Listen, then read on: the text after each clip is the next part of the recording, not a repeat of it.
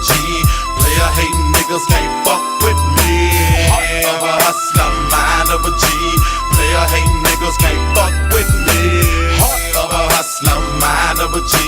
Player hating niggas can't fuck with me. Heart of a hustler, mind of a G. Player hating niggas can't fuck with me. Heart of a hustler, mind of a G. Kiki smoking tree, fucking up the industry. Sachi shades, dog hat, dressed to impress. Candy red drapery, buck TVs in my head wrist. Rolling on blades, chopping up blocks. Rollers, Byzantine baguettes filled with rocks. 2 Glocks, what did you expect? 600 bands, 10,000 on my neck. Watch this boy Rick. Then break a leg, grab the black pen and sign for the check. Notorious but glorious, I made it understood. Rap game executive, put a dime for the hood. Man, it feel good to ride and get blowed. $1 billion dreams, me and K thinking through. Breaking down the beat so low has provided. Dead in a lines, Herschel Wood has collided. Heart of a hustler, mind of a G. Player hating niggas can't fuck with me. Heart of a hustler, mind of a G.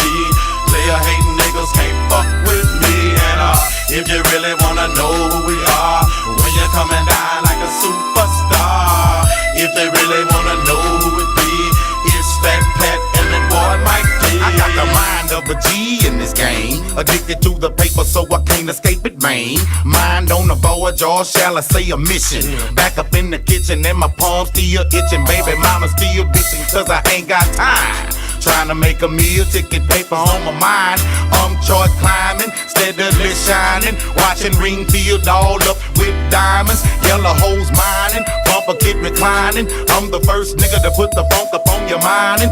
Heart of a hustler, mind of a G. Procrastinate but you can hate the PA to the T. I got the heart of a hustler, mind of a G. Bending big corners in my 320. I'm sitting low to the grind, plus I'm mobbing on 20s. Young up in the game and got a pocket full of money. So much jealous and envy, plus these haters perpetrating. In the end they fall to the wayside while the strong niggas make it. I'm gonna stay up on my game, get the paper for fame. It's all up in the game, know I'm talking about man. Cause real gon' be real and fake gon' be fake. But I'm gonna kick back and let them boys play a hate. Trying to talk down on the real G from the hood. I hold a damn wood and keep the point up understood. Heart of a hustler, mind of a G. Player hating niggas can't fuck with me. Heart of a hustler, mind of a G. Player hating niggas can't fuck with me. Heart of a hustler, mind of a G. Player hating niggas can't fuck with me. Heart of a hustler, mind of a G. Player hating niggas can't fuck with me. Heart of a hustler, mind of a G. DA represented, been full-time SU to the C. Who it be? A paper made G from that end. Who sin? Quicker way to get out and get in this game. I got to get with it. I'm holding my nuts and riding on bugging niggas just can't get with it. Let my top down on a Sunday. Drug deals and homicides occurring on that Monday. It's a one-way ticket down this lane of slamming dough. Pimping hoes, wearing crease clothes and riding blaze on lows. For life, we together, man. Paper gotta get better, man. G finna get with this thing. Ain't no more slanging cane. Don't piece on my neck, don't try to neglect. While I'm draped in a money and I'm sipping my wet. I live the life of the mall, too smart to raw. Ain't no sleeping on the job when I tilts my dog. Cause the subject is paper and I'm on that chase. Lackluster, silly busters, ain't no time to waste. Erase your thoughts while I make my disclosure. Too calm, got in my palm, can't lose my composure. I'm like guided, Rose Maserati. Those who don't know better ask somebody. Goes beside you to the toes. And every player knows that sometimes best friends transform into your worst foes. Heart of a hustler, mind of a G. Player hating niggas can't fuck with me. Heart of a hustler, mind of a G. Player hating niggas can't fuck with me. Heart of a hustler, mind of a G. Player hating niggas can't fuck with me. Heart of a hustler, mind of a G. Player hating niggas can't fuck with me.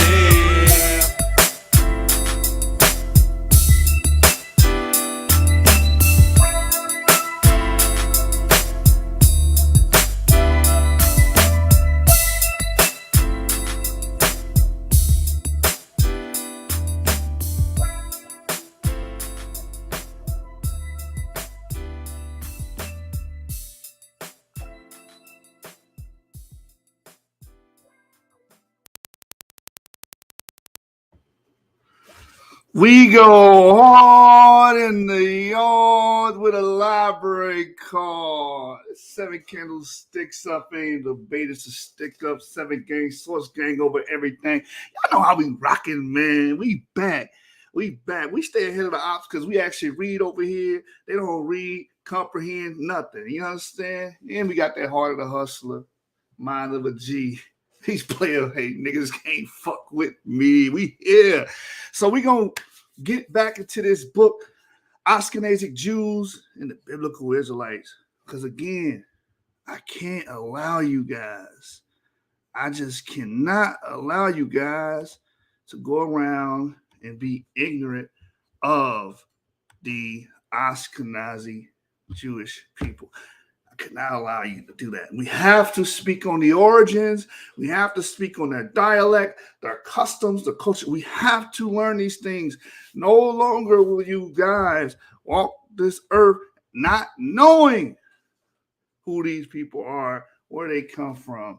Because what we do is we live in echo chambers. We repeat a lot of things and regurgitate a lot of things, but we don't study. We don't educate ourselves. We don't edify the people on what's actually going on and what actually had taken place in times past. You understand? I'm of the position that there is a considerable amount of Ashkenazi Jews that are actual Jews, biblical Jews that go back to the Shemites. And when I say Shemites, we're talking about those that are DE downstream carriers. Oh, that's a belief. Well, if you read scientific papers, a lot what they write in scientific papers is the scientists' belief. You guys don't tap in and don't really read the literature, so you don't know these things, right? So, but that's what I'm here for. I'm here to get you up to speed. I'm here to show you this information that other channels may not be tapping into because a lot of people are stuck in their dogma. Afrocentrics are stuck in their dogma that they're religiously African. They don't want to talk about anything other than that.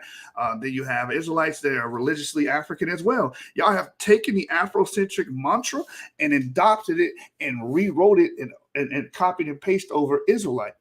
You understand? But we're here to show you that there's a nuance, and we speak in nuance. We believe in theories too. We have our own theories. We have our own beliefs that we express, and we try to give our evidences for. Hypothesis, again, is an unproven statement. Theory is an interpretation of facts, right? So we have our theories as well. Our theory includes AB being Ham, DE being Shem, and CF being Japheth, right? So that's why I would never discount my brothers and sisters that are across the globe, that are in Europe, that are in North Africa, that are in East Africa, that are in Japan. See, Afrocentric will have you focus on what they call the true Africa, or the Black Africa, which is sub-Saharan Africa only. But our history is more expansive than that, especially when you look at our paternal tree. And even if you look at our maternal tree, you have L3 markers in the Near East. You have L3 markers in different areas and various locations in Arabia, right? So what we try to do here is show a composite picture of our people's ancestry and not just focus on the religious dogmatic version of history where we're just trying to stick our people in sub-Saharan Africa. I believe that we have to take out the time to learn about Africa as well as our presence in other continents, right? So that's what we're here to do today. Ashkenazic Jews and biblical Israelites, let's learn their culture, let's learn who they are, and let's stop speaking ignorantly about these people and get educated about these people, all right? So before we start the show, I have one request of my audience. If you guys are long-time watchers of Genesis 49ers, you know exactly what that request is. I just have one thing. I don't require your money. You know, I don't require a membership. I don't require anything. I don't want you to join a church. I don't want you to do any of that of the sort. I just have one request of my audience, and that's just this one thing. If you guys can please just do this one thing for me, you understand? That's all I require of you. Hi, everybody. Time to use your noggin. How do you use your noggin, you say? Well, here's how you use it every day. Use your noggin when you write a letter. Use your noggin when you make it better. Use your noggin when you play guitar. Use your noggin to spot a star. Use your noggin when you make a scene. Use your noggin when you mix up green. Use your noggin to play a game. When you use your noggin, it's never the same. to sing a song. Ask another noggin to sing along. Use your noggin with your computer. Hey, that's Z. What could be cuter? Use your noggin. That's what it's for. I'm using my noggin. Are you using yours? Use your noggin. I'm using my noggin. Are you using yours? So the only thing I require of you guys is to use your noggin, man. Use your brain. All right. I also have another message from my sponsors, because here at the source here at Genesis 49ers, we are pro-literacy. We're about reading. We're about absorbing information and disseminating information. So we need to read, man.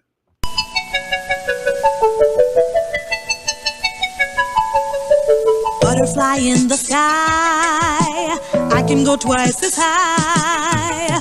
Take a look, it's in a book, a reading rainbow. I can go anywhere, friends to know and ways to grow, a reading rainbow. Hey, man, take a look. It's in a book.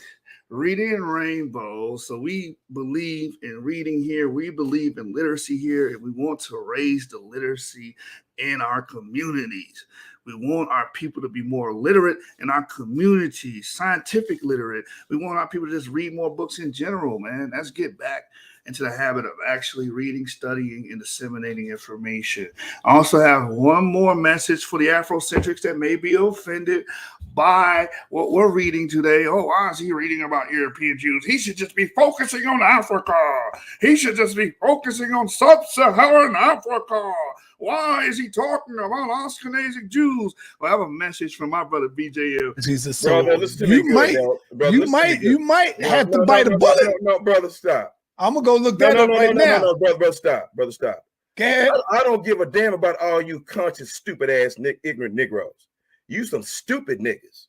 Okay, you better chill with that, bro. Hold on, bro. You are the same dumb niggas that let Bobby Hemmett sell you angel checks. You are the same stupid niggas that let Bobby Hemmett, whatever that Hemmett guy name is, sell you dumb niggas money bricks. You stupid niggas was buying angel checks and money bricks. So I don't want to hear nothing from no Afrocentric on here, man. Y'all be buying them crystals from Infudishi, money bricks, angel checks from Bobby Hemmett. Don't come on my channel getting upset about anything I'm talking about, because a lot of you guys already fell for the okie doke, brothers. So anyway, with no further ado, let's get into today's source. We sourced up and sourced out, know what I'm talking about. So let's get right to it, brothers.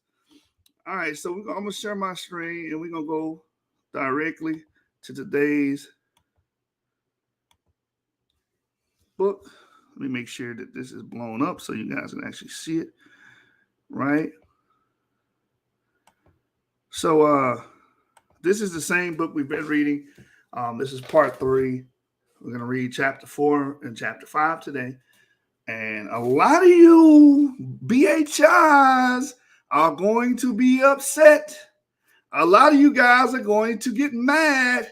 You're going to be upset with this chapter. You're going to be angry at this chapter because this chapter talks about the migration routes of Jews, and we can see that the Jews did indeed migrate into Europe. They did indeed live around the Black Sea region. They did indeed go to Italy. Hello, the book of Hebrews is written to Israelites that live in Italy. Hello, Paul himself was born in Tarsus. Hello, we had Jews in Rome. What are you talking about?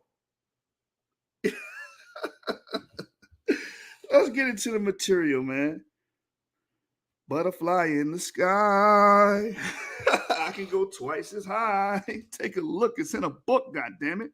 Here we go. Historical and genetic foundations for a southern route. Y'all ain't gonna like this map. Look at this map right here. Y'all not gonna like. Look at Asia Minor. Wait a minute. Didn't Paul spend a lot of his time in Asia Minor? Y'all see right there? Tarsus. This is a Roman province at a particular moment of time. And then it's time, you know what I'm saying, Paul was born in this area here in Anatolia and what you know is modern day Turkey, right? So let's read this, man. Let's read this. It says, if there's a reason to believe that East European Jews originated from Judea via Anatolia in southern Europe, instead via Germany, there should be indication of an early Judean/Jewish presence in these regions and of migrations from these regions to the region around the Black Sea. In addition, a genetic difference should also be demonstrable as well if East European Jews did not originate in Germany or Bohemia. For our purpose, Anatolia may be considered as a southern Europe because in the period under discussion, it was colonized by the Greeks, and this is the map he's showing over here. Greek colonies around Mediterranean from 788 to 500 BCE. History. The Greek colonies in mainland Greece. Around 1000 BCE, Greeks from mainland Greece started to migrate to the western coast of Anatolia. The main region was Ionia. And you know, we say we get this word from Yvonne. This is how we know who the Greeks are. And Greeks would be primarily haplogroup G carriers and haplogroup J carriers, which would mean the sons of Javan would be Japhites, and that means J and G would automatically be Japhites. It says the coastal region between Maltus and the south and Phocaea in the north. Later on, from the 6th century BCE onward, they founded a number of cities around the Sumerian Bosporus and north of the Black Sea, some of which became part of the kingdom of the Sumerian Bosporus. The Greek colonists along the Bosporus originated from Asia Minor, mostly from the region between Maltus and Phocaea. The immigration was the result of the bad economic situation as a result of the wars against the Lydians that started around 768 BCE. And later on, as a result of the wars against the Persians, the only solution to solve the problems was through the immigration of part of the Ionic population. The presence of Judeans in Anatolia has been recorded since the 3rd century BCE. For example, Maltus, Ephesus, Pergamum, and Tralles are known to have had a Judean community before and after the common area. So you had Jews in Anatolia. And what name sticks out the most? Ephesus. Now, was there not a church in Ephesus? The Ephesians. Was there not Ephesians? Isn't there a book in your New Testament called Ephesians? There was a church in Ephesus. There were Jews in Ephesus. Come on, man. Do you actually believe what you're reading? You're talking about Jews in Anatolia when you're reading that. That's what that's referring to. So it's insane. The doctrine that has been concocted here in America under the BHIs. It's insane because we're actually reading things that directly contradict our notion that there are no European Jews. That's a lie. It says in Maltus is an inscription on the theater dating from the 1st century BCE showing the places reserved for Judeans. Judeans lived in Ephesus from the early Hellenistic period, leading to an important Jewish community in the 1st century CE, many of whom were Hellenized. In the 6th century CE, relatively well-to-do Jews lived in the town. In Smyrna, an inscription was found from around the 3rd century CE, in which a Jewish lady named Rufina warns the public not to bury anyone in the grave of her family under penalty of having to pay a fine to the sacred treasure and to the Jewish nation of 1,500 and 1,000 dinars, respectively. During this period, Jews were living in large parts of Asia Minor, for example, Ephesus, Tarsus, Armenia, and Cappadocia. So you had Jews living in Ephesus. Again, there's a whole book in the New Testament called Ephesians. Tarsus, this is the birthplace of Paul. In Armenia and Cappadocia. So why you guys have this idea that there were no Jews here? Or legitimate Jews don't come? Like, you guys need to get your heads out of, the BHI doctrine and start to actually study. It says during the time of Philo, 20 BCE to 50 CE, Judeans lived not along the southern and western coast of Anatolia, but also along the northwest shore in Bithynia, a Roman province that borders on Thrace. An interesting remark regarding Jewish Judean migrants is found in Encyclopedia Judica. Asia Minor, Anatolia, was undoubtedly also a homeland or at least a transition station for the Jews who established the Jewish center on the northern bank of the Black Sea. It is therefore quite plausible that the Hellenized Judeans found in the Greek colonies around the Black Sea came from Ionia and other regions in Anatolia. The first time a Judean is mentioned in mainland Greece is between 300 and 250 BCE in Oropos in East Attica. At the beginning of the Common Era, Judeans lived in various parts of mainland Greece, such as Thessaly, Boeotia, Attica, Argos, and Corinth. And we know the name that sticks out here is Corinth. There was a church of Corinthia. We know there were Jews and there were Israelites there. We know that. It says, as well as Macedonia, and also islands of Euboea, Cyprus, and Crete. Therefore, the Judeans around the Black Sea may come from the mainland Greece and or islands as well. Now, let's move on to Italy. I already know the blood is boiling of some of the people and participants in the audience. I know people in the audience are upset to hear that, oh, there were Jews. But what have you been reading this whole time? There are Jews in the Greek lands. There are Jews in Europe. There are Jews in Cappadocia. There are Jews all over. So what is the issue? It's because you have a racist mind frame that you adopted here in America that does not apply to the Bible. Does not apply to the peopling or the people named the Jews, right? In history. You're superimposing that. That's not the people that wrote down the strips, the people that wrote down the Dead Sea Scrolls, the people that wrote down and copied these things down from older traditions had no idea of a modern racial schema that we go by today. So let's deal with Italy. During the same period and earlier, Judeans lived in Rome and other parts of Italy. Tacitus, who lived from circa 56 CE to 117 CE, writes that Judeans and Egyptians were expelled from Rome in 19 CE because of their religious practices. 4,000 youth of military age had to be shipped to Sardinia, while others had to leave Italy unless they renounced their religious practices. According to Stern, the number of 4,000 refers to Jews, Judeans only, and is an indication of the numbers of Jews in Rome. His conclusion is based on the singular form in Tacitus of this is a Latin word, I can't really say it. It says that is superstition. The conclusion is doubtful, though. If Tacitus actually only writes about Judeans, why would he add the Egyptians? In a thorough article based on the numbers of tombs, Rutgers shows that the average size of the Jewish community in Rome was 620 people at the most from the 1st through the 4th century CE. This size makes the number of 4,000 Jewish men unlikely as well. Furthermore, for Tacitus, who did not like the cults of either people, their religions may have been the same superstition. It gives you a nice little map here of what we're talking about. Euboea, Thessaly, these are all Greek lands, right? Arcadia, Arcamia. You'll have Jews around this area. And then there's Corinth right there, which you have the famous book in the New Testament of the Corinthians, right? 1st and 2nd Corinthians. Judeans and Jews around the Black Sea.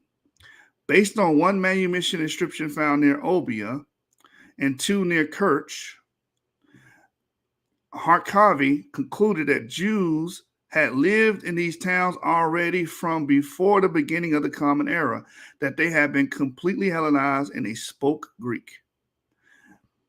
Levinskaya mentions that from the 1st century CE onward, there was a strong increase in the cult of Theos, the highest god. In the kingdom of the Sumerian Bosporus, the cult became widespread by the 4th century.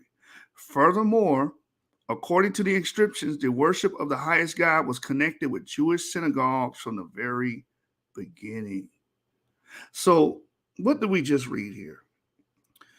We read historical documentation. We read historicity. There's documentary evidence that there were Jews before the Common Era, right, living around the Black Sea. Living around the Black Sea. I know a lot of BHIs are watching this and they're upset.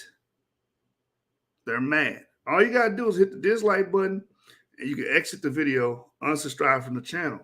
But this is supported with documentary evidence. This is supported with inscriptions. Right? So y'all like to play the interpolation game.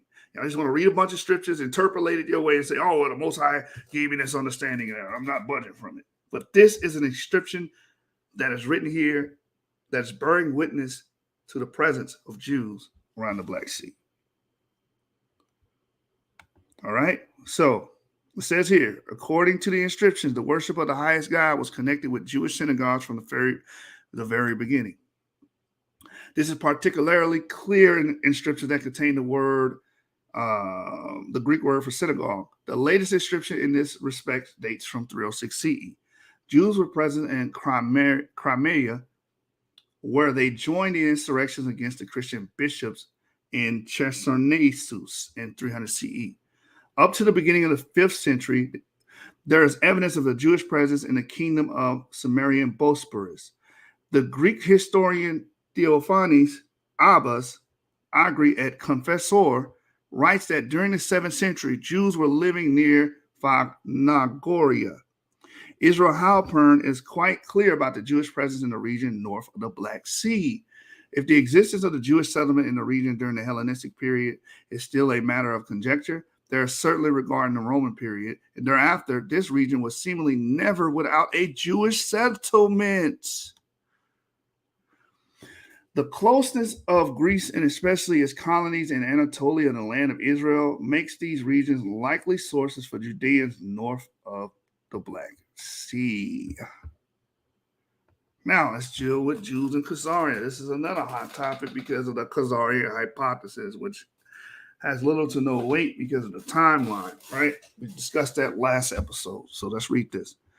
After circa 670, the Khazars appear on the scene, and admixture with them should not be excluded.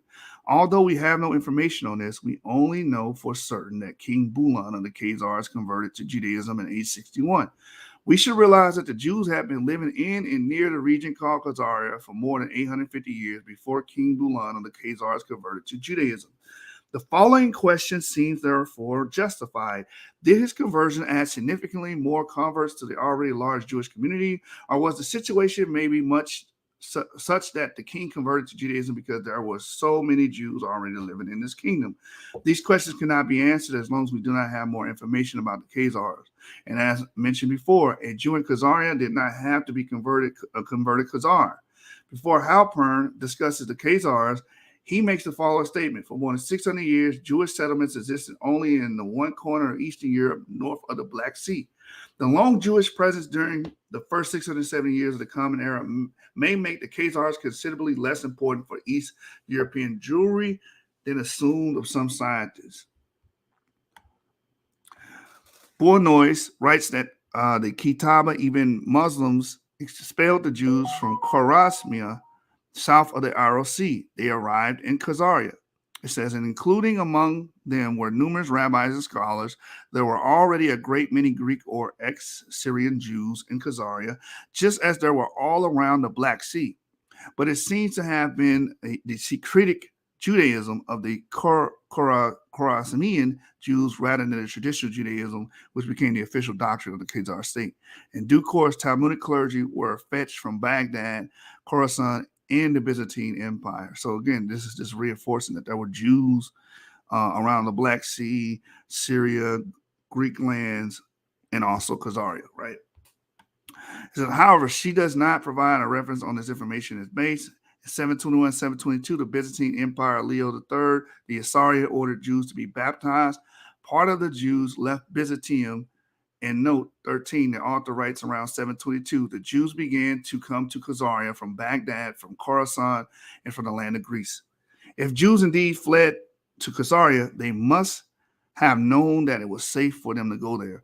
The most logical reason for them to know that was the presence of Jews living there already. And see, this is the same argumentum we have for Africa, the same argumentum that we read in Edith Bruder, where she talks about Jews felt safe going up and down the Sahara, crisscrossing the Sahara, going to the Sahel, to the Niger Bend, because they knew they were going to find other Jews there, right? They knew that. This is the same argument used for Khazaria. Let's continue reading.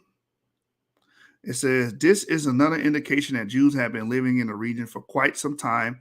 In 873 to 74, Jews in southern Italy were baptized, but nothing is known about an immigration. A second migration from Byzantium did take place, though. It is known both from the historian al-Masudi and from the Jewish source that the emperor policy, Romanus I, 919 to 944, caused a considerable migration to Khazaria.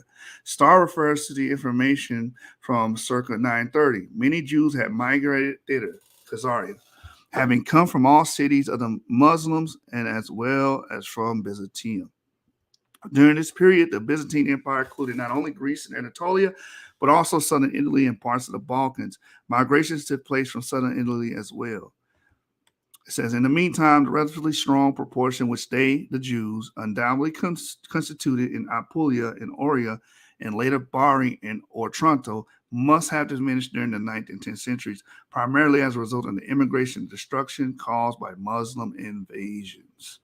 So again, we're doubling down on this presence of Jews in Khazaria and how they got there. They're escaping Leo III. Leo III is ordering Jews to be baptized. They don't want to be baptized. They don't want to follow Catholicism. They flee, right? And this is why this is the hypothesis on how they got to Khazaria. It says, but also in the case, nothing is known about numbers. Bartel refers to the scholars who had difficulty in tracing historical continuity between the Jews who lived in the area during the Hellenistic, Byzantine, and Gothic periods and those who resided in the Slavic principalities hundreds of years later. Was there really such a discontinuity? As we saw above, Jews were living in the region in the 7th century. In the 8th and 10th centuries, Jews fled to Khazaria. It is realistic to assume that in the 9th century, no Jews were living there. Where there are such pogroms in those years that they all fled further on, the author writes, there's no doubt, for example, that between the 9th and 12th century, Jews were living in Kiev, which had been under Khazar rule prior to the end of the 10th century. As historical sources show that Judeans may have come to Greece, including its colonies in Italy, well before the beginning of the Common Era. So you guys can get upset at this information all you want. It is what it is. Like, we have the documentary evidence. We have, primary evidence. We have secondary evidence. We have all this evidence pointing to the presence, a long-lasting presence of Jews in these European localities. So around the Black Sea region, around Greece, around Italy, we see that. And then we have a map here. Figure 10, it says more Judean Jewish migrations lead to the East European Jewry. Judean migrations from the land of Israel to Anatolia, Greece, and Italy, which is this one arrow right here. It says Judean migration from Anatolia to the kingdom of Samaria and Bosporus, which is the the arrow that's labeled 2, that's going to that area there, to the Samaria and Bosporus.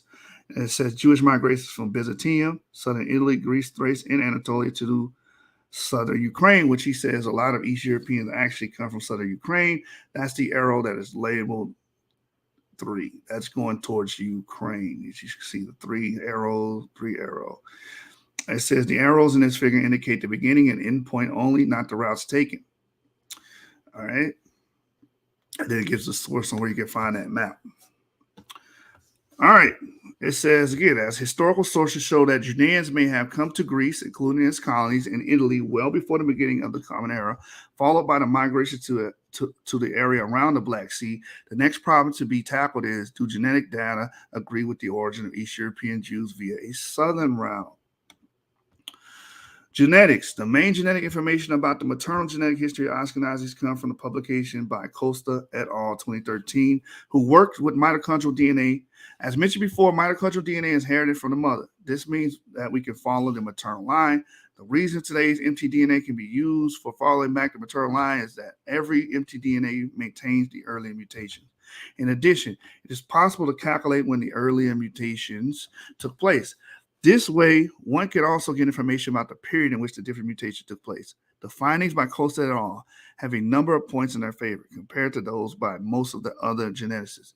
In their article, the origin of the East European Ashkenazis is not specifically tied to German Ashkenazis, as is the case, for example, in an article by YASHAR et al., who based their assumption that major Ashkenazic mtDNA lineages originated in the Middle East, partly on the assumption that Ashkenazic Jewry was established in the 8th and 9th centuries in Rhineland. Furthermore, Costa et al. Do not use the size genetic bottlenecks resulting in implausible growth rates. As we saw before, Palomar et al. And Karma et al. Found bottlenecks of some 800 Ashkenazis around 1150 and 350 Ashkenazis around 1300 respectively, resulting in a plausible annual growth rate of over 1%. So I'm gonna wrap this up briefly because we discussed this last chapter and the last episode.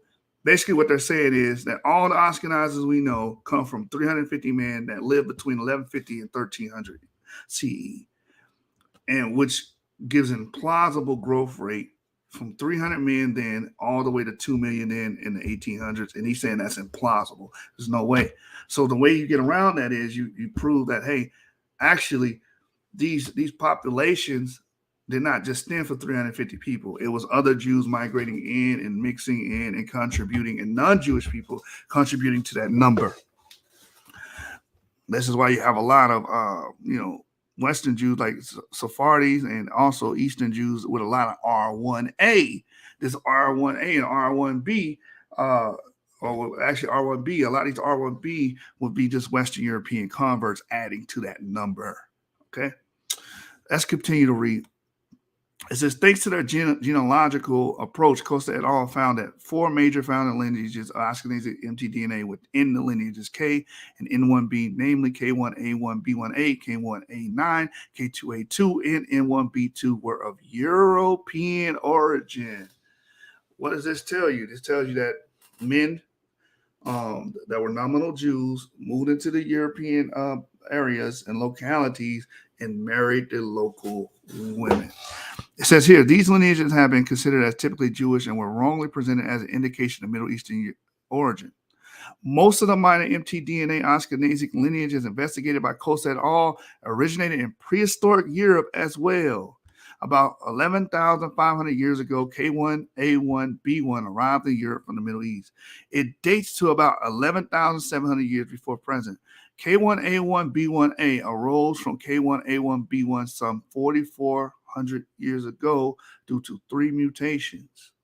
That the ages just mentioned are rather rough estimates, follow from a wide range of the standard deviations from 6,800 to 16,700, and from 700 to 8,200 years ago for K1A1B1 and K1A1B1A, respectively. And this is why I always tell people these are estimates, guesstimates. These things are based off of a random mutation. There is no surefire way to know when the actual date of that it arose. Let's keep reading. It says, from 300 BCE, Judean men came to the Greek colonies in Anatolia and may have married European women carrying K1A1B1A. As a result, a mixed Judean-European community was created. What is the timestamp? 300 BC. What does it say here? Judean men came to the Greek colonies in Anatolia and may have married European women carrying K1A1B1A. As a result, a mixed Judean-European community was created. There's also an article about a considerable amount of Middle Easterners actually are the result of African fathers and European women. So this is a similar situation here. It says the same may have happened, although somewhat later in Rome. K1A1B1 constitutes 63% of the Ashkenazic K lineages and 20% of all Ashkenazic mitochondrial lineages. K1A9 and K2A2 account for some 36% of Ashkenazic K lineages and date to 2300 and 8400 years before present, respectively. Another finding, one that is particularly interesting with regards to the origin of the East European Ashkenazis, is the difference in lineage frequencies between West and East European Ashkenazis. For both the major and most of the minor mitochondrial lineages, as to the K lineage among West European Ashkenazis, almost 50% of the mtDNA belongs to this lineage. While this is only 15% among East European Ashkenazis in Russia, as long as K1, A1, B1 survived in Western Europe, it's added to the difference in the frequency between West and East European Ashkenazis via an admixture. The work by Costa et al. And reinforces the demographic conclusion that East European Ashkenazis do not originate from Germany. So when a lot of these people come up with the origin story of the East European Ashkenazi, they say, oh, we started in the Rhine. We started in the Rhine. The evidence is pointing away from the Rhine. And the author of this book is arguing that they actually have their inception in Ukraine. This is why when we go back to the other page, he points out that there were Jews from Greeks that actually went to Ukraine. Those are the arrows that are labeled 3, the number 3. That's pointing towards the Ukraine, right? As you can read here, the arrows in this figure indicate the beginning and end point. Oh, no, I want this. Jewish migration from Byzantium, southern Italy, Greece, Thrace, and Anatolia to southern Ukraine. That is the arrows with the 3. So he's arguing that a lot of the Eastern European Ashkenazis actually find their origin or their starting point in Ukraine. Let's keep reading. It says, taking into account the East European Ashkenazis are the large majority among the Ashkenazis today in the United States, England, and Israel. So these are the bulk of the people that are calling themselves Ashkenazis. They're the majority. And they're going around telling people, hey, we started off in the Rhine. We started out in Cologne, Germany. No, you did not. There's no evidence for that. It is not so easy to show a difference between the West and East European Ashkenazi without good genealogical research back to the last quarter of the 18th century. It is plausible that among Judeans who moved to the region around the Black Sea, there were women belonging to Judean European communities in Greece, Italy, or Anatolia who were the source of the major and minor mtDNA lineages in East European Ashkenazis. Later, during the 8th and 10th centuries, Jewish women with their families from Byzantium, certainly Italy and Greece, arrived in Khazaria, who may have been carriers of K1A1, B1A, and N1B2, and most of the minor lineages as well.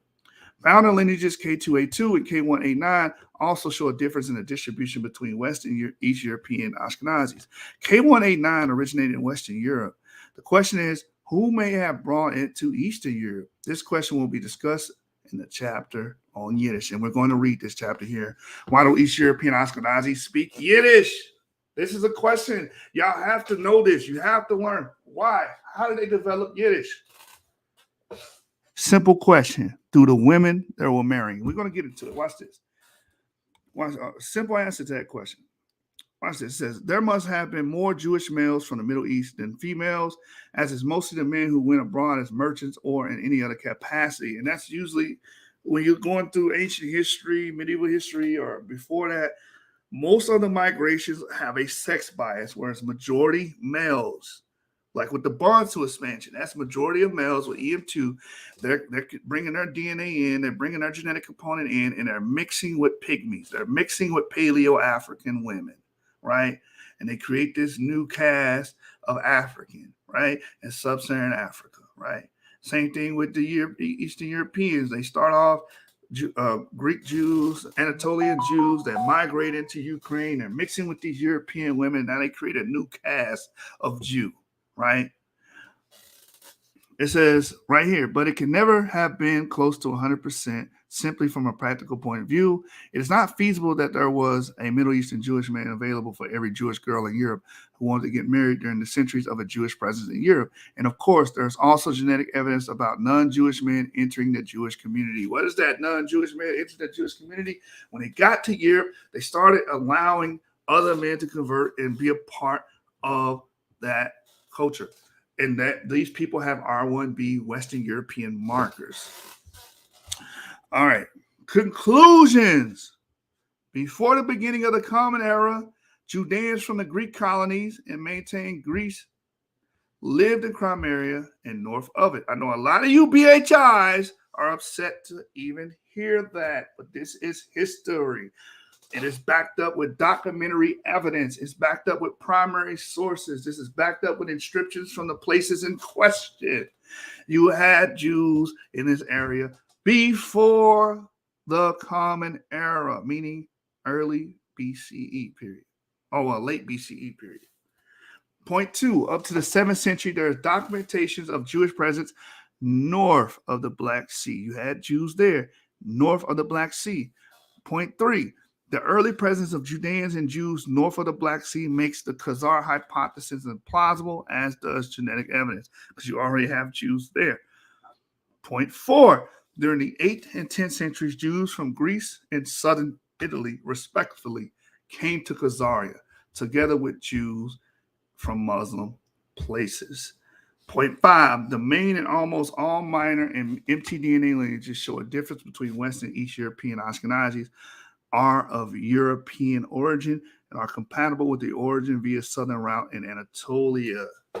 So, quick summation, you had Jews that were from the Greeks, from Greek occupied lands, from Byzantine occupied lands, that migrated to places like Ukraine, that migrated to different places and localities in Europe around the Black Sea, and they started to mix with these European women.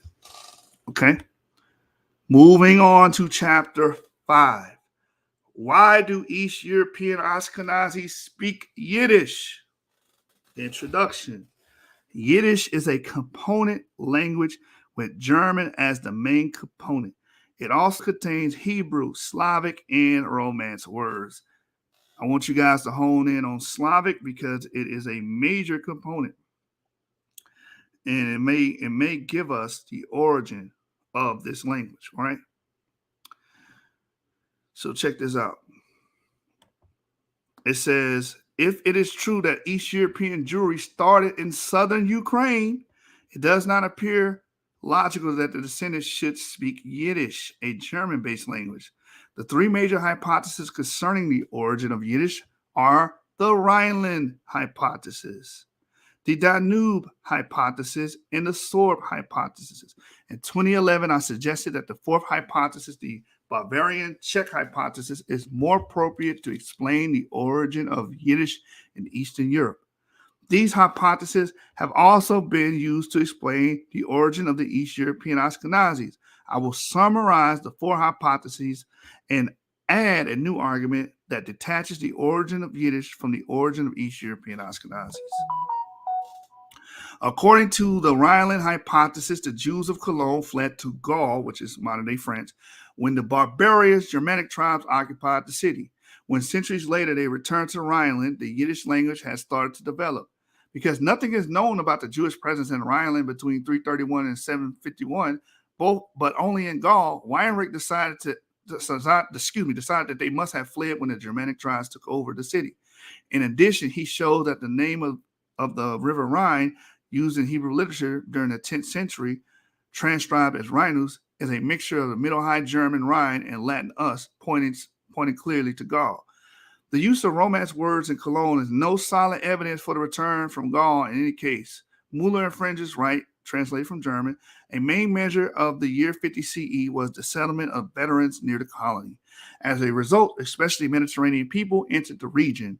Following the departure of the Romans, and the Roman or Romanized population may have stayed in the encampments or their surroundings for a longer period.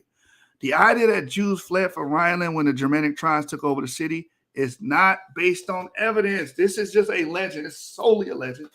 And we don't have any evidence to comport with it. There's nothing to support this, right? So a lot of these people saying these Ashkenazis come from the Rhine. It's not based off evidence. As mentioned in the introduction of the book, no group had to leave the city. This makes Weinrich's knowledge of early German history questionable. Moreover, in the 1980s, Faber and King, as well as Katz, showed that linguistically, the Rhineland could not have been the origin of the Yiddish language. In addition, the transcription of as Rhinus is doubtful. A more logical transcription is Rhenus, the Latin name of the river. After all, Latin was one of the languages spoken in Cologne. There's every reason to assume that the Jews spoke the vernacular like they did in other countries as well. The Danube hypothesis has been the most popular hypothesis and state that Yiddish originated in Southeast Germany, where Bavarian was spoken. The idea that Yiddish originated from the Bavarian area had been suggested earlier by Mises, but he did not use the name Danube in this respect. It appears that the German component of Yiddish is indeed derived from Bavarian. In 1991, Wechsler proposed his Sorb hypothesis. Yiddish is a Slavic language derived from Sorbian and originated in the land of Sorbs. Furthermore, East European Jews are mainly descendants from Sorbs and to some extent from Khazars. Finally, Wechsler is of the opinion that Ashkenaz does not relate to Germany, but some region in ancient Persia. Uproot 2016 mentions in the reaction to this idea, Wechsler theory did not gain acceptance in the scholarly community. Finally, Flegontov et al. 2016 showed that the geographic population system used by Das et al. To infer ancestry is not suitable for this purpose, and that, again, Wechsler's Yiddish Real-Exification theory is unsound.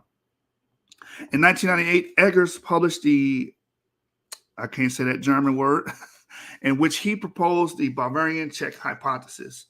Salient details of this hypothesis are the oldest Slavic words are not Sorbian, but Old Czech. Originally in German, components was Bavarian, and religion played an important role when the language developed. Bavarian was not only spoken in Bavaria, but also in Bohemia and Moravia. The Bavarian Czech hypothesis can be considered a modification of the Danube hypothesis. Old Czech is a logical origin for the Slavic words in Yiddish. Bohemia had famous rabbis who obviously spoke Old Czech in Bavarian. The Old Czech origins of the glosses, Hebrew words translated into Old Czech, also called West Slavic Canaanite. In rabbinical medieval Hebrew manuscripts, also in Germany and France, was recently proven by Dittman there were students speaking Old Czech or Old Polish that was very similar who visited Talmud schools in France and Germany. For these students, the Slavic words were probably included in Hebrew commentaries of the Torah and Talmud. It goes without saying that rabbis in Bohemia use Old Czech words in their Hebrew commentaries as well. The most plausible assumption is that Yiddish indeed originated from Bohemia and Moravia, where the rabbis spoke Bavarian, Old Czech, and New Hebrew. The linguistic phenomenon known as unrounding of vowels found in Yiddish dialects first occurred around 1200 in parts of Bohemia and Moravia. This is an important observation because it means Yiddish did not originate before circa 1200. So key points here, Yiddish didn't exist before circa 1200, and the most plausible assumption is that Yiddish indeed originated from Bohemia, where the rabbis spoke Bavarian, Old Czech, and New Hebrew. It says here, there was possibly family relationships between the Bohemian, Moravian, and German or French rabbis. Let me check and make sure my live stream's still up and I am still heard. Check real quick, audio check, got it. All right, so let me go back here. Let's keep reading. There was possibly family relationships between the Bohemian, Moravian, and German or French rabbis. Zunes reports that the 12th century Bohemian rabbi Isaac Halaban ben Jacob, Elazar ben Isaac, and Isaac ben Mordecai lived in Germany as well. Daughters of rabbis normally married sons of rabbis. The Romance words in Yiddish may have come from the contacts between the rabbis from Bohemia and Moravia and rabbis from France and Germany. With a low level of religious knowledge among East European Ashkenazis before 1200, so they're saying the East Europeans before 1200 didn't know too much about the cultic practices of the other Ashkenazis, right? So the obvious person to teach East European Ashkenazis Yiddish would be rabbis and teachers of religion who spoke Yiddish. In the beginning, these people must have come from Germany or Bohemia and Moravia, where the level of Jewish knowledge was very high. It was found that the founder lineage K189 originated in the West. It amounts only to 6% of all main Ashkenazic lineages in Eastern Europe. So again, it's not that the East Europeans start off with Yiddish or they start off in Germany, and that's why they have Yiddish. No, they have their start in Ukraine and they proliferate Europe from there, right? But they get the Yiddish from the people from Bohemia, Moravia, and German and French rabbis. That's how they get the Yiddish. That's what he's explaining here. It said it was found. We read that. It says one such source could be some of the women of the aforementioned rabbis and or teachers. Some of the women of the aforementioned rabbis and or teachers. Because you get with these women, you marry them, you have children with them. Women are the first school teachers of the child. Where did you learn your language from? Most likely your mother. You learned how to speak English through your mother. You spent most of your time with your mother. Especially this was even more true in ancient times. Men, even in hunter-gatherer societies, they go hunt and gather. That's mostly dominated by males. During this time, most of the activities were dominated by males. The women took care of the children. So they were learning and developing that language through their mothers. That's pretty plausible. It's logical, right? It says one such source could be some of the women of the aforementioned rabbis and or teachers. Women of rabbis from Bohemia and Moravia who went to Eastern Europe may have been a source as well.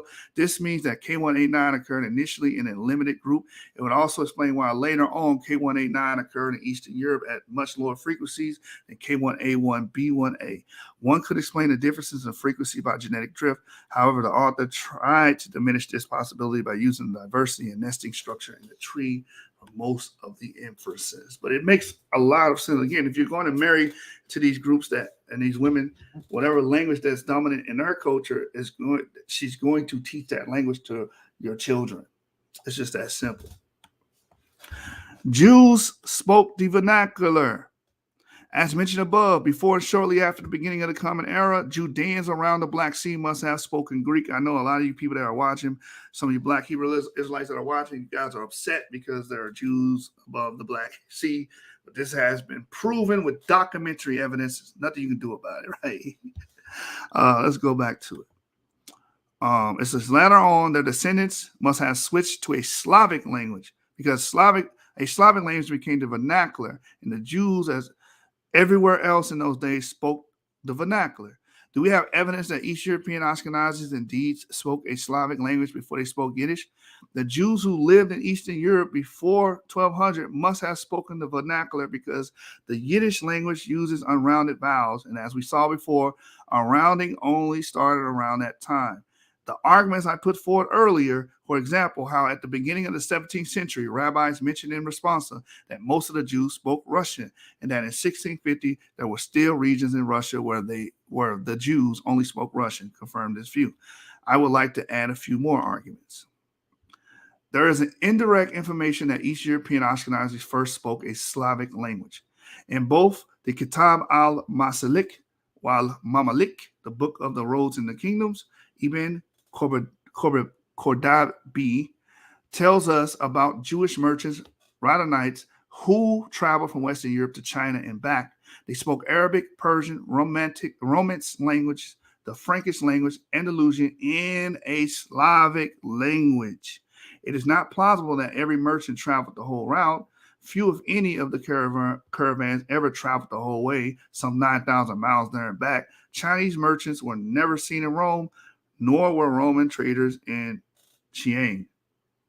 It is also not likely that every Radhanite spoke all these languages. We may therefore assume that the Slavic-speaking Jewish merchants lived in a Slavic-speaking country. This would not disagree with the finding of the East Asian mitochondrial lineage M33C. Most likely Chinese was found only among East European Ashkenazis whose ancestors couldn't have spoke Yiddish during the earlier period. So he's tying that together, that that Slavic was one of the language components of these merchants, and they even picked up women. They even got a woman over there in East Asia on the Silk Road and brought them back to East Europe because we could see the mitochondrial lineage M33C, which is known as a East Asian mitochondrial lineage. It says in his analysis, the Jewish translation of the Vilnius, it says, but there's direct evidence as well. In his analysis of Jewish translation of the Vilnius Codex 262 into Belarusian, Altbor and Twab write, we do know, however, that the Jewish population in the area of Lithuania, including autochthonous Jews who had originally migrated to Eastern Europe from the Byzantine periphery, antedating the great immigration of Yiddish-speaking Jews from Ashkenaz. They spoke latter Slavic. So I mean, it's right there. Like, these people were speaking; they were Slavic-speaking Jews before the advent of Yiddish. The process of their Ashkenazization took many generations. The authors of the translations were indeed Jewish descendants of autochthonous Jews described above. So again, these Jews were autochthonous, original Jews of Lithuania. Again, this is Eastern Europe, man. Y'all just gonna have to get over that, man. What I'm trying to teach on my channel is for Black Hebrew Israelites to get over white, and white Hebrew Israelites to get over black, because y'all both have a phobia of each other, right? You're scared to admit things about each other. You're scared to admit there's Black Israelites. The white Israelites are scared to admit there's Black Israelites, and Black Israelites are scared to admit they're white Israelites. On my channel, I bring a place of convergence. Convergence for people that are Black, that claim to be Israelites, and people that are white that claim to be Israelites. This is a safe haven for you because I show that there is nuance in the argument. Let's keep reading. Moshe Taub of the Hebrew University in Jerusalem wrote the following. Now, of course, there were Jews in Eastern Europe before the arrival of the Ashkenazis, and of course, like in every other diaspora, they spoke the local language. This is uncontroversial. Uses the Hebrew name Canaanim for these Jews. A difference between Lithuanian Yiddish and the rest of East European Yiddish is a switch that occurred long ago whereby the phone became an S. Shinish was pronounced Samek. For example, Shabbos was pronounced Sabos. Aslanov investigated this phenomenon and concluded that before the Canaanim arrived in Lithuania, they spoke Belarusian. The switch was an adaptation to the vernacular of the region where they arrived in Lithuania.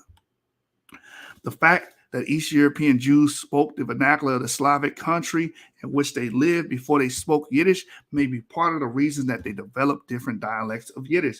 Certainly, the loan words refer to specific regions. These dialects are Lithuanian Yiddish, spoken roughly in Lithuania, Belarus, and Latvia, Polish Yiddish, spoken in Poland, and Western Galicia, and Ukrainian Yiddish, spoken in Volhynia and Podolia.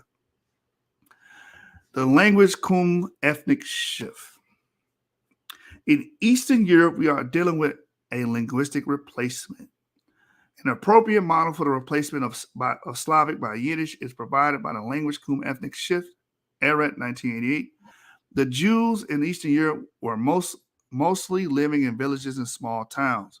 Communities of those eras adopted objects and practices through direct encounter with people of other communities because of their practical value, or because they admired or desired the traits or looked up to the people from whom the traits came, or for both reasons conjoined. And I want to stop reading and talk about this point for a minute. Because a lot of people will look at West African Jewry, or people that claim to be West African Jews, right? And say, oh, why do they deal with scarification? Why do they deal with these practices that would be contradicting the Torah, or contradicting the Bible, or contradicting Jewish practices? Well, the same thing applies to European Jewry as well. They were absorbing the practices of the locals. They were absorbing the practices of the people they were mixing with. They were absorbing the cultures and languages of the people they were around. Let me read it again. Communities of those eras adopted objects and practices through direct encounter with people of other communities because of their practical value. So this is what was going on not only with Jews, this was also going on with Christians. Christians was adopting a lot of the ideas of European paganism, right? Because they were coming in contact with them, and especially the Byzantine Empire. They wanted to spread their influence, the Catholic influence. And that's why Catholic universal, wanted everybody to feel comfortable. Hey, you don't have to get rid of your gods and practices. You can submit to the Catholic way of thinking, and you're good money. But this is also known with all cultures. When you move and migrate, you begin to adopt and be like the people that you're around. A lot of you African Americans who've been in America since its inception were thoroughly American. You know what I'm saying? A lot of you guys eat hot dogs. A lot of you guys believe in Darwinism. These are American ideas, man. A lot of you guys hang Christmas trees, and you know what I'm saying, July 4th, you go to baseball games. You are thoroughly American. So we've seen this throughout history. You move into a community, You look up to the people in that community, you absorb and adopt the ways of that community. Okay? This is basic logic. Let me read it again. Communities of those eras adopted objects and practices through direct encounter with people of other communities because of their practical value or because they admired or desired the traits or looked up to the people from whom the traits came, or for both reasons conjoined. The people to whom East European Jews looked up were the rabbis who came from the West. As mentioned before, the level of religious knowledge was very low among East European Jews. The trait in question was the Nusa Ashkenaz, the German Jewish rites and the rabbis brought along. The rabbis spoke Yiddish, although Eret speaks of an encounter of a whole community to a whole community. The influence of the rabbis was probably strong enough to warrant the following. The embedding of admired features of culture in the wider cultural matrix of the donor society, in this case the rabbis, could trigger off the adoption of additional parts of the matrix, undermining the sense of the ethnic distinctiveness among the adopting community and leading over a period of several generations to their adoption of the language and assumption of the self-identification of the donor community. And this is what, again, this is why when people say, oh, we have to use the culture. We have to use the culture to identify people. Well, what happens to these when we have a culture ethnic shift? When people move to another area and adopt a lot of the culture of the locals and absorb it from the donor community. What happens? How do you identify people then? You can't, because it becomes a hodgepodge of people mixing and trading ideas, culture, and practices. Culture is evanescent, right? It's plastic. Let's go back. The language cum ethnic shift fits the situation in Eastern Europe perfectly. It would also explain why East European Jewish history scholars and linguists maintain that East European Jewry originates from Germany, and why they deny that they are they are to some extent descendants of Jews who live around the Black Sea at the beginning of the Common Era. So this is why they say they come from the Rhine. Oh, they have the Ashkenazic practices. Yes, they have the Ashkenazic practices to influence a donor community of Ashkenazis, actual Ashkenazis that were born in the area of Germany, that understood Ashkenazic rights, came to these Jews that were originally Slavic speaking, taught them Yiddish, right, through intermixture, admixture, whatnot, in teaching, right, and also taught them Ashkenazic rights. This is why they're Ashkenazi by rights and not by descent. And the East European Jews pretty much dominate and are the majority, right? So you have a smaller group of Jews that actually come from Germany that influence the East European Jews, and it spread like wildfire amongst East European Jews. Now that's the dominant faith in practice amongst them, even though they don't come from the original stock of Ashkenazi Jews. So that is very possible. See, a lot of people don't understand history. They don't read. They don't know that. So that when they look at like, West Africans largely practice these pagan practices, the blah, blah, blah, it's because, okay, you can have that being the dominant view or culture because they absorbed it, right? That does not mean that they always had it or that's indicative of showing and tracing a lineage. Let me keep reading. It says, Stanford maintains that the latter did not survive the Mongol invasion. As Manak indicates, the Mongols treated the Jews the same way as non-Jews. There is no evidence to believe that Stanford is right. The question remains, however, of how women learn to speak Yiddish. It is known that today's women of the ultra-Orthodox Jews are taught Jewish law by other women. It is plausible that when rabbis started to go to Eastern Europe encountered a more or less ignorant Jewish community, the women were taught Jewish law by, for example, the wives of the rabbis. Laws pertaining to administration and kosher food were especially important and had to be taught. Through such contacts, women became acquainted with Yiddish as well. Of course, if your women become acquainted with Yiddish, you have children with that woman, your children are going to speak Yiddish, man. It's just simple mathematics at this point. Let's keep reading.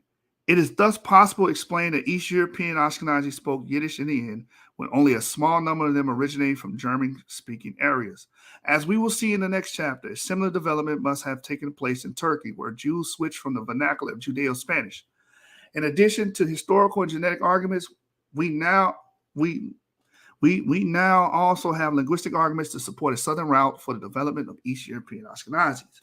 As to the Turkish Jews, a common comment is, in Turkey, the Spanish speakers were more numerous than the locals, and thus their culture and language dominated most communities. This idea seems to be widespread. Although Sephardic Jews are not the topic of this book, I will deal with this comment in the next chapter. Conclusions. Conclusion 1. Judeans and Jews living in Greek colonies in Anatolia or around Crimea before and after the beginning of the Common Era spoke the vernacular, i.e. Greek. So they started off speaking Greek, right? Point 2. In time, the vernacular became a Slavic language.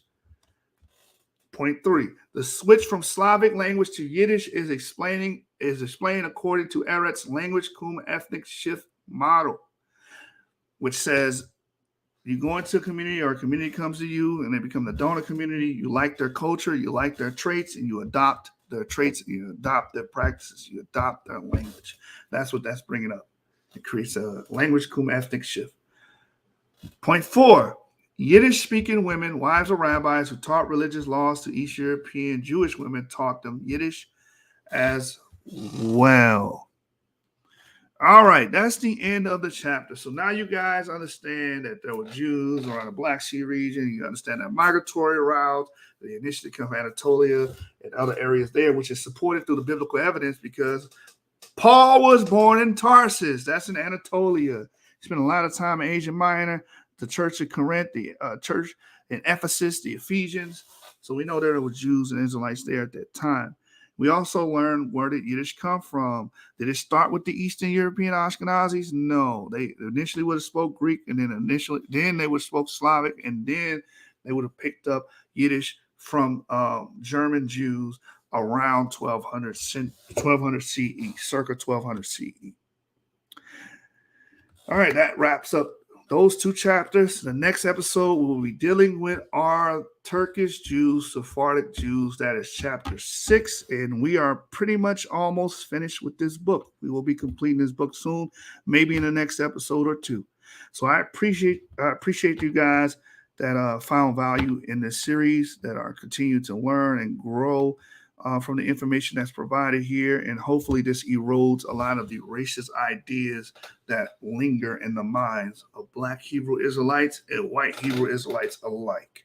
We will continue to learn and break down and dissect the Ashkenazi Jews and biblical Israelites on this channel. We will continue this book and finish this book here, right? We're about education, not indoctrination. With that, I'm going to say shalom and peace. I'm out. Hit that like button, subscribe to the channel if you find value with what's being taught here. If you don't find value and you see this channel as a waste of time, unsubscribe, dislike the video. You don't have to be here. With that being stated, we out of here, man. 7 gang, source gang over everything. Y'all know how we rocking, man. Pro literacy gang in the building. Let's get it.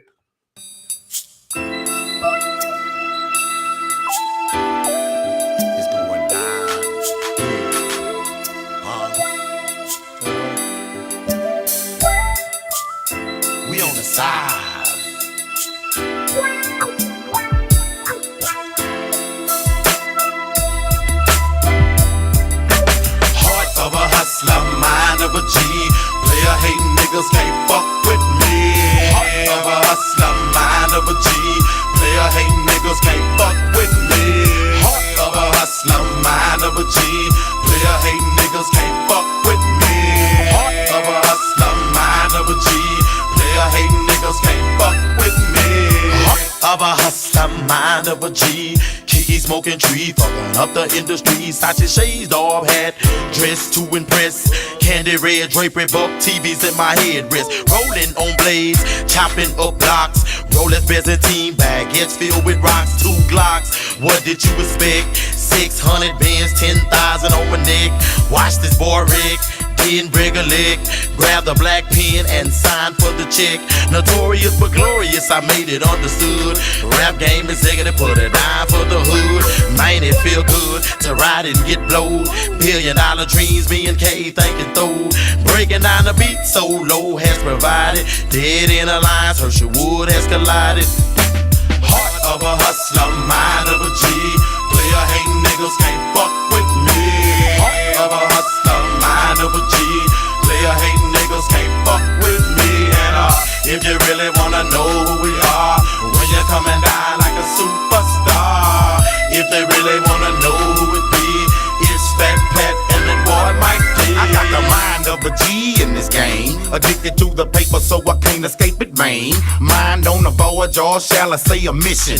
Back up in the kitchen and my palms still itching. Baby mama still bitching cause I ain't got time.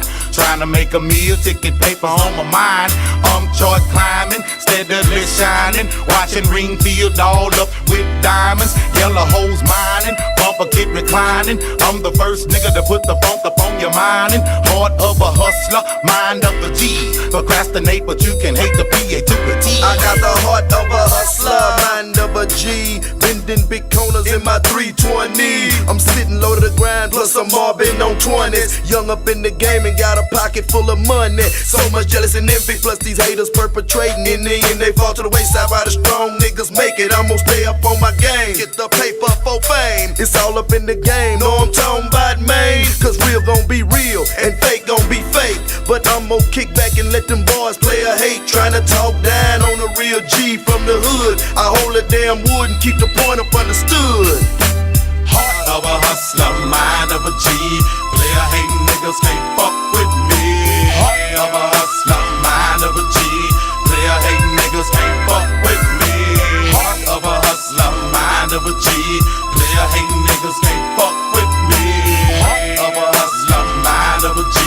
Player hating niggas can't fuck with me. Heart of a hustler, mind of a G. DA represented, been full-time SU to the C. Who it be? A paper made G from that end. Who sends quicker way to get out and get in this game? I got to get with it. I'm holding my nuts and riding on bugging niggas just can't get with it. Let my top down on a Sunday. Drug deals and homicides occurring on that Monday. It's a one-way ticket down this lane of slamming dough. Pimping hoes, wearing crease clothes and riding blaze on lows. For life, we together, man. Paper gotta get better, man. G finna get with this thing.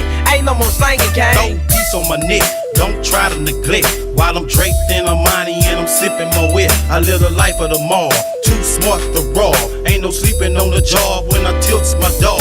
Cause the subject is paper and I'm on that chase. Lackluster, silly busters, ain't no time to waste. Erase your thoughts while I make my disclosure. Too calm, got in my palm, can't lose my composure. I'm like guided, Rose Maserati. Those who don't know better ask somebody. Smoke beside you to the toes. And every player knows that sometimes best friends transform into your worst foes. Heart of a hustler, mind of a G.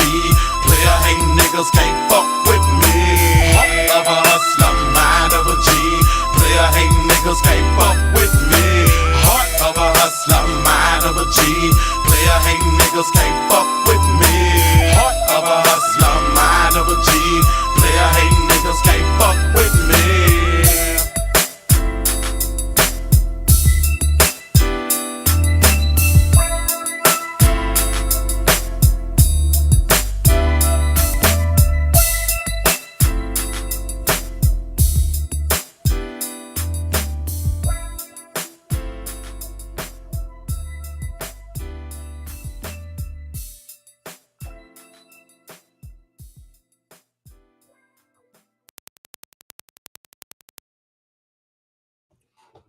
Seven candlesticks up, and I've been telling y'all, it ain't a debate, it's a stick up gang.